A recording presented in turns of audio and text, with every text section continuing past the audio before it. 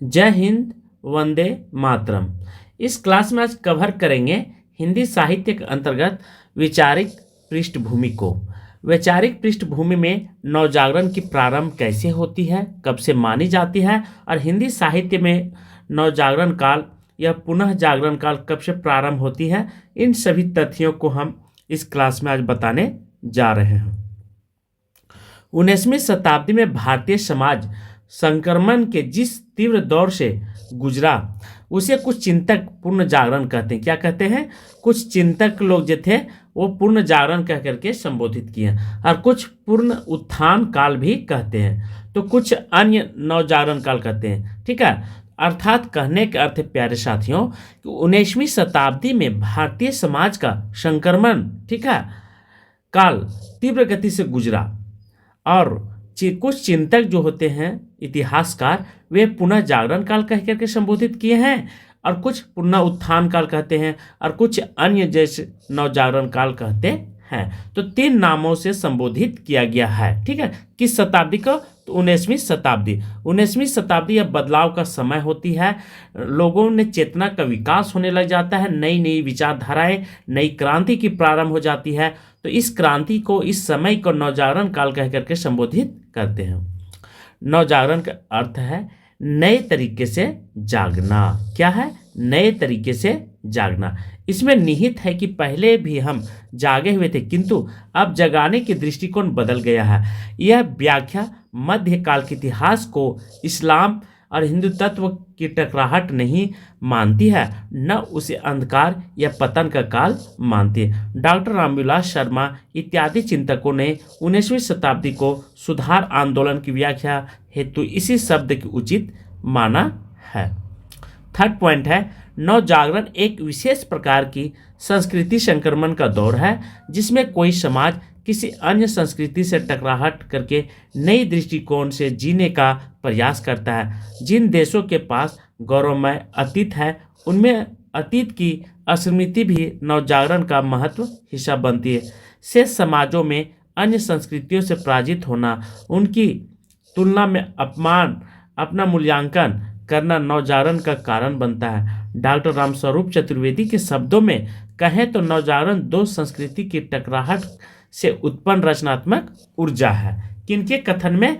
तो डॉक्टर रामस्वरूप चतुर्वेदी कहना है कि नवजागरण 2 संस्कृतियों की टकराहट से उत्पन्न रचनात्मक ऊर्जा है। ये किसकी कथन है? रामस्वरूप चतुर्वेदी का है। ठीक है, पुनः अब ध्यान रखेंगे।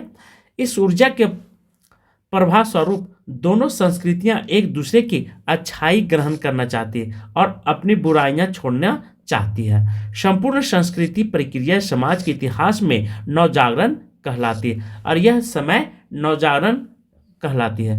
भारतीय समाज के इतिहास में ऐसे 2 जागरण सर्वाधिक महत्वपूर्ण रहे हैं। पहला जागरण मध्यकाल से संबंधित है, जब भारत में इस्लाम, ठीक है, का आगमन हुआ। इस्लामी संस्कृति समानता मूलक किंतु कट्टर धार्मिक विचारों पर आधारित थी, जबकि भारतीय संस्कृति धार्मिक लचीलेपन किंतु विषमता मूलक सामाजिक संरचना पर आधारित थी। इन दोनों की टकराहट से भक्तिकालीन जागरण हुआ। सामासिक संस्कृति उद्भूत हुई। संस्कृतियां पहले टकराती है और फिर तटस्थ होती है, और अंत में धीरे धीरे परिचित होकर परस्पर घुल मिल जाती है। घुलने मिलने पर का यही स्तर समसामयिक संस्कृति को जन्म देती है। दूसरा, नवजागरण 19वीं शताब्दी से संबंधित है, जहां पश्चिमी संस्कृति की टकराहट भारतीय संस्कृति से हुई है। अंग्रेजों को व्यापारिक गतिविधियों के जरिए भारत ब्रिटेन का उपनिवेश बनता चला गया। मुगलों के पराजय ने भारत की राजनीतिक परिस्थितियों को कमजोर कर दिया, जिसका लाभ अंग्रेजों ने उठाया। मुगल, मराठा, सिख आदि सत्ताओं ने पराजय से देश का बड़ा हिस्सा ब्रिटेन का गुलाम हो गया था। दोस्तों, अंग्रेजों की नीतियां तथा ईसाई धर्म प्रचारकों का प्रचार संस्कृति के है समझने वाले अधिकारियों आदि ने भारतीयों के सांस्कृतिक मीर को आघात पहुंचाया है। 10 है, अंग्रेजों ने अपनी उपनिवेश नीति के तहत जमीन का नया बदलाव किया है, जिससे इसमें अपने आप में सिमटे हुए गांवों को जड़ता गया है। ठीक है, तो ये अंग्रेजों को उपनिवेश का नीति था, उन्होंने क्या किया, जमीन का नया बदलाव किया, उसमें अपने अपने आप सिमटते चले गए, उन्होंने भारत को गुलाम बनाते चले गए। अंग शिक्षा माध्यम से यूरोपीय ज्ञान विज्ञान से परिचित हुए और प्रगति का एक नया मार्ग मिला। यातायात के नए साधनों में व्यापार की वृद्धि हुई और हमारे आवागमन की गति तेज हुई। प्रेस के आने के कारण विचार विनिमय में सुविधाएं हुई, विचारों की स्वतंत्रता का द्वार उन्मुक्त हुआ, मतलब खुला। यह नवजागरण ही है और भारतीय स्वतंत्रता आंदोलन की पृष्ठभूमि बनी। ठीक है, और नेक्स्ट पॉइंट है, भारतीय समाज रूढ़िवादी और धार्मिक संकीर्णता ने स्वयं यह ठीक है एक वर्ग को सोचने को मजबूर किया। अर्थात भारतीय समाज जो था वह पुराने रूढ़िवादियों से, संकीर्णताओं से घिरी हुई थी। ये सबको पता है कि उस समय बाल विवाह, ठीक है, आदि चीज़ें हमारे देश में घुल मिल गई थी। धार्मिक और विधवा विवाह, ये सब पर क्या था कि लोग पहले सती प्रथा, इन सभी चीज़ों से हमारे देश की अर्थव्यवस्था गिरी हुई थी। रूढ़िवादी परंपरा चल रही थी। अपने स्वार्थ ने भारतीयों ने अनेक नियम कानून बना दिया, जैसे सती प्रथा हो गया, बाल विवाह हो गया। तो ये सब हमारे रूढ़िवादी धार्मिकता का संकीर्ण प्रभाव बना। आज भी हमारे हिंदू धर्म में रूढ़िवादी परंपरा चल रही है, उसे भी कुछ हट करने की जरूरत है। निसंदेह अंग्रेजों की शिक्षा नीति उपनिवेशीकरण की प्रक्रिया के तहत थी, परंतु इसने दो संस्कृति के टकराहट के बीच आधुनिकता की प्रसार का मार्ग प्रशस्त किया।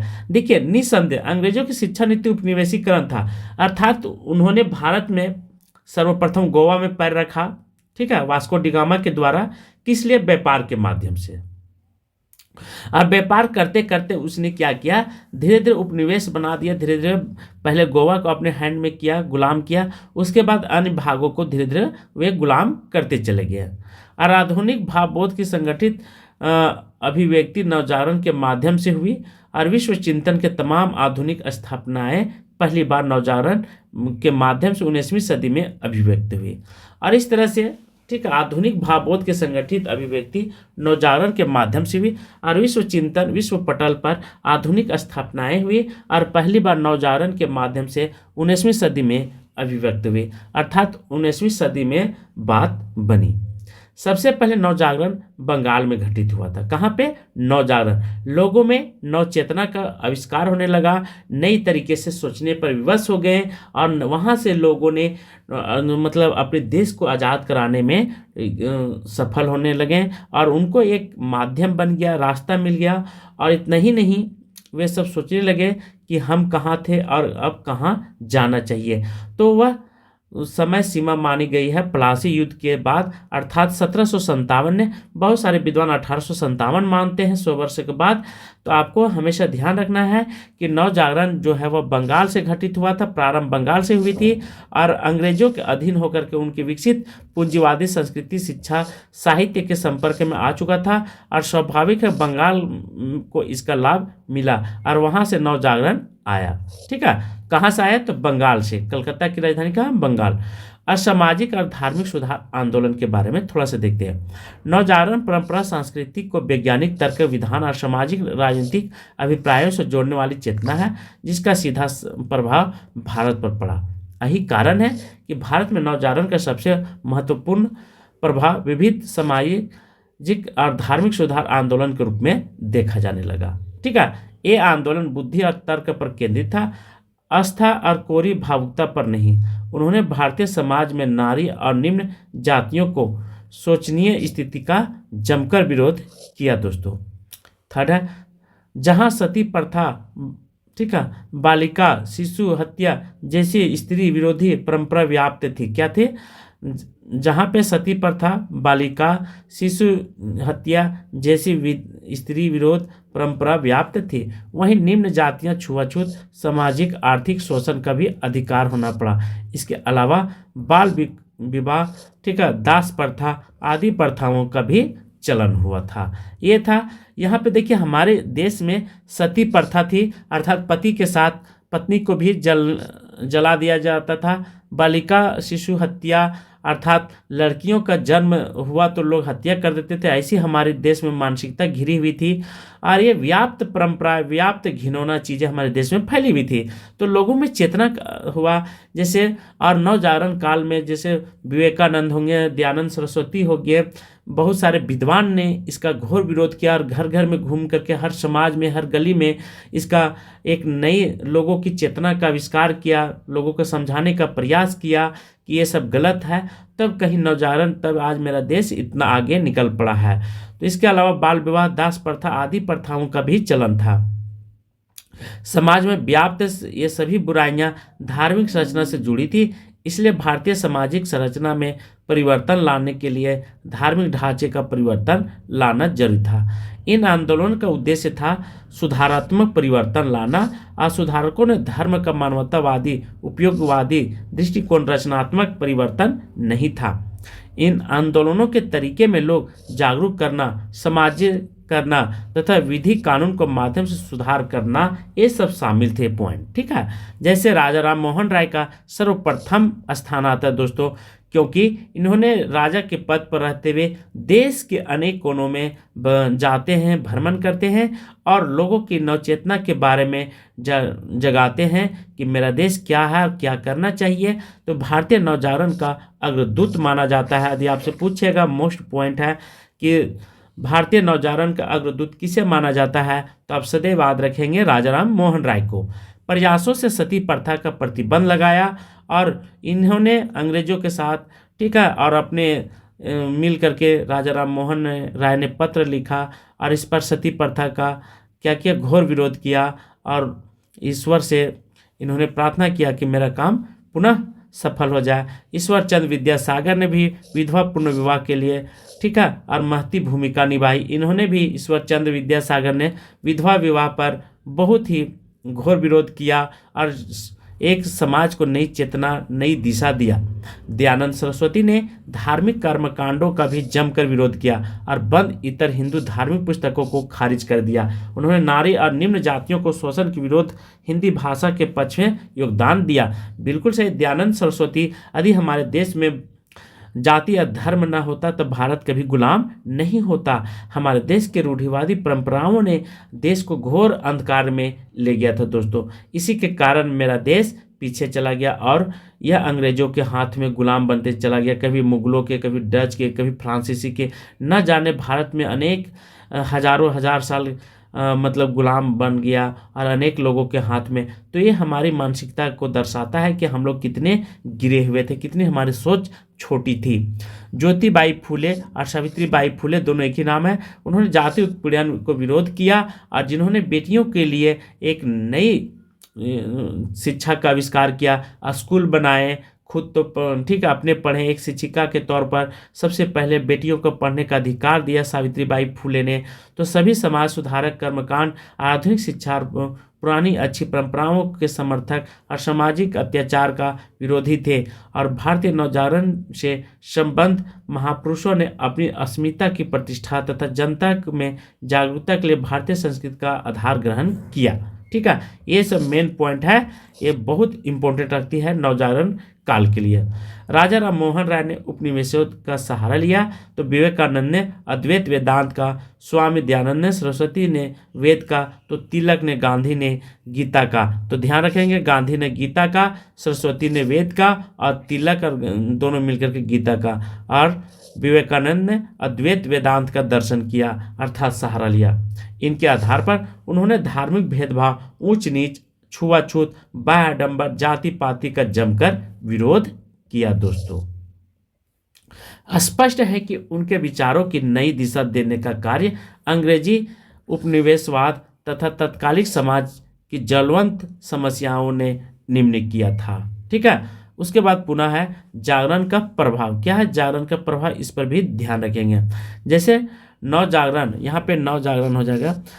नवजागरण के आधुनिक भावबोध में लोगों का जागरूक किया, लोगों में अंग्रेजों के उत्पीड़न का समझाया गया। अंग्रेज किस प्रकार से लोगों पर उत्पीड़न कर रहे थे, इसके बारे में अंग्रेजों को मतलब भारत के लोगों को समझाया गया। अंग्रेजों के खिलाफ इसको विद्रोह के रूप में खड़ा किया गया भारतीयों को। किसानों ने अपनी दुर्दशा के कारण केवल जमींदारों को मानना छोड़ अंग्रेजी की नीतियों को मानना, यही कारण था कि 20वीं सदी में आंदोलन राष्ट्रीय आंदोलन का रूप ले लिया। अंग्रेजों ने भारत शोषण आर्थिक संदर्भ में प्रारंभ किया और शिक्षा, आधुनिक ज्ञान विज्ञान लेस दादा भाई नौरोजी ने अंग्रेजों की आर्थिक नीतियों को पोल खोल दी। लोगों को अपने अधिकार समझ में आने लगा। कई पत्र पत्रिकाएं निकालकर विचारों का अभिव्यक्ति किया। इसमें नवजागरण का प्रभाव फैलता चला गया। कई संस्थाओं की स्थापना हुई। उन्होंने भारत के राजनीतिक सामाजिक अधिकारों की मांग को रखना शुरू किया और कांग्रेस की स्थापना 1885 से इस क्रम महत्वपूर्ण थी। लोगों ने स्वतंत्रता, समानता, भाईचारा के अर्थों को समझाया और उन्हीं मूल्यों पर भारतीय स्वाधीनता की लड़ाई लड़ी गई थी। दोस्तों, इन सब का परिणाम था कि 20वीं सदी के प्रारंभ में राष्ट्रवाद की जो अवधारणाएं मुकम्मल रूप से लेने लगी थी, उसने आगे की स्वतंत्रता समर का मार्गदर्शन किया और भारतीय संदर्भ में इस आधुनिकता से परिपूर्ण राष्ट्रवाद के उदय को सबसे महत्वपूर्ण माना जा सकता है। अब बात करेंगे स्वदेशी की मांग और स्वदेशी आंदोलन ने इस नवजागरण का पहला परिपक्व रूप देखा जा सकता है। आगे के तमाम आंदोलनों, असंवैधानिक सुधारों और देश की आज़ादी में नवजागरण की इन्हीं विशेषताओं का योगदान था, जिसने तर्क, वैज्ञानिकता, स्वदेशी राष्ट्रवाद आदि अवधारणाओं को भारत में प्रस्थापित किया जाता है। दोस्तों, और एक लास्ट नवजागरण मात्र सांस्कृतिक और सामाजिक तथा धार्मिक आंदोलन नहीं था, बल्कि अंग्रेजों द्वारा भारतीय जनता का शोषण के विरोध में विद्रोह था। बिल्कुल, नवजागरण जो था वह केवल सांस्कृतिक और सामाजिक और धार्मिक आंदोलन नहीं था, बल्कि यह भारतीय जनता के अंग्रेजों के विरुद्ध लड़ाना था, अपना देश स्वतंत्र कराना था। तो देखिए, कोई भी देश को, कोई भी लोग, अधिकतर लोगों को आप संगठित कर सकते। धार्मिक की दृष्टि से यदि आप संगठित करेंगे तो आप जल्दी कर पाएंगे। ठीक है, लोग ज़्यादा इकट्ठा होंगे। जैसे चाहे बिरसा मुंडा हो, चाहे अनेक देख ले राष्ट्रवादी नेता हैं, वो धर्म का जरूर लिया है। ठीक है, ये बहुत सारे लोग क्या कर रहे हैं कि धार्मिक चीज़ों को सहारा लेकर के, धर्म का सहारा लेकर के अपने आप को एक नई दिशा, वे समाज में खड़ा रहे, कोई संसद बन रहे, कोई विधायक बन रहे, तो वे धर्म का ही पक्ष ले रहे हैं और समानता विरोधी था। काफ़ी हद तक अंग्रेजियत का शिकार हुए और धीरे धीरे यह समाजवाद, उपनिवेशवाद और गुलामी के विरोध का रूप ग्रहण करने लगा। दोस्तों, और देश में 3 क्षेत्रों को नवजागरण का समय माना जाता है, जैसे बंगाल, महाराष्ट्र, हिंदी प्रदेश। ये नवजागरण का प्रमुख केंद्र माना जाता है। तो ये सब पॉइंट को आप नोट कर लीजिएगा। जिस तरह से यूरोप में पश्चिमी देशों में यूनानी भाषा साहित्य का प्रभाव पड़ा, उसकी प्रतिक्रिया में लोग अपनी भाषा की ओर मुड़े, उसी तरह पुनः जागरण में धर्म और ज्ञान विज्ञान की महत्वपूर्ण भूमिका रही। भारत में नवजागरण का संबंध भाषा और धर्म से रहा है। यहाँ पर पहला नवजागरण का गौतम बुद्ध आविर्भाव से मार्ग से आया है। बुद्ध ने पुरानी जड़वादी परंपराओं को तोड़कर मनुष्य की बीच में भेद को मिटाया। उन्होंने सांस्कृतिक भाषा के स्थान पर जन भाषा पाली भाषा का उन्होंने उपदेश दिया था। दूसरा नवजागरण काल कब आया, ये भी आप इम्पोर्टेंट है, ये भी ध्यान रखेंगे। तो दूसरा नव भक्ति काल में दिखाई दिया। उत्तर भारत में देसी भाषाओं को उदय, समस्या, आंदोलन का मूलधार भी धर्म ही। यद्यपि निर्गुण पंथियों ने धर्म जाति का संकीर्णता से बाह्यडम्बरों का गहरा प्रभाव पड़ा है। कुछ विद्वान जो हैं इस्लाम के आगमन में भारतीय इतिहास का पहला नवजागरण मानते हैं, जबकि कुछ महत्वपूर्ण बुद्ध और के आविर्भाव उसी समय से माना जाता है। पहली दृष्टिकोण से 19वीं सदी का नवजागरण काल भारतीय इतिहास का दूसरा नवजागरण और दूसरी दृष्टि से तीसरा नवजागरण काल माना जाता है। दोस्तों, इस तरह से आज की क्लास में यहीं पे समाप्त करता हूँ। थैंक यू, धन्यवाद।